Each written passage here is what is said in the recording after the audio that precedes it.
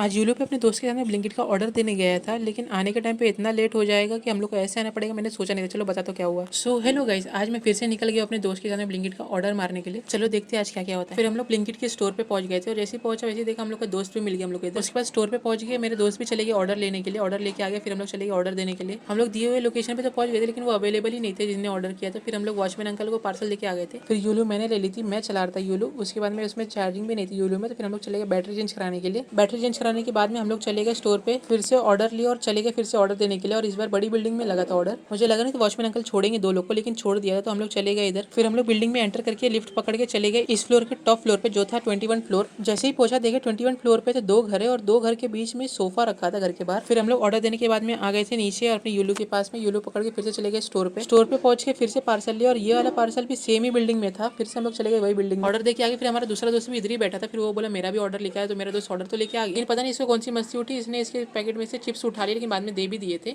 फिर मैं मेरे दूसरे दोस्त के साथ में आ गया था ऑर्डर देने के लिए। फिर से लिफ्ट पकड़ी और चले गए उस फ्लोर पे जहाँ ऑर्डर था। मुझे नहीं पता था मैं इतना खूबसूरत लगता हूँ। क्या बोलती है तू?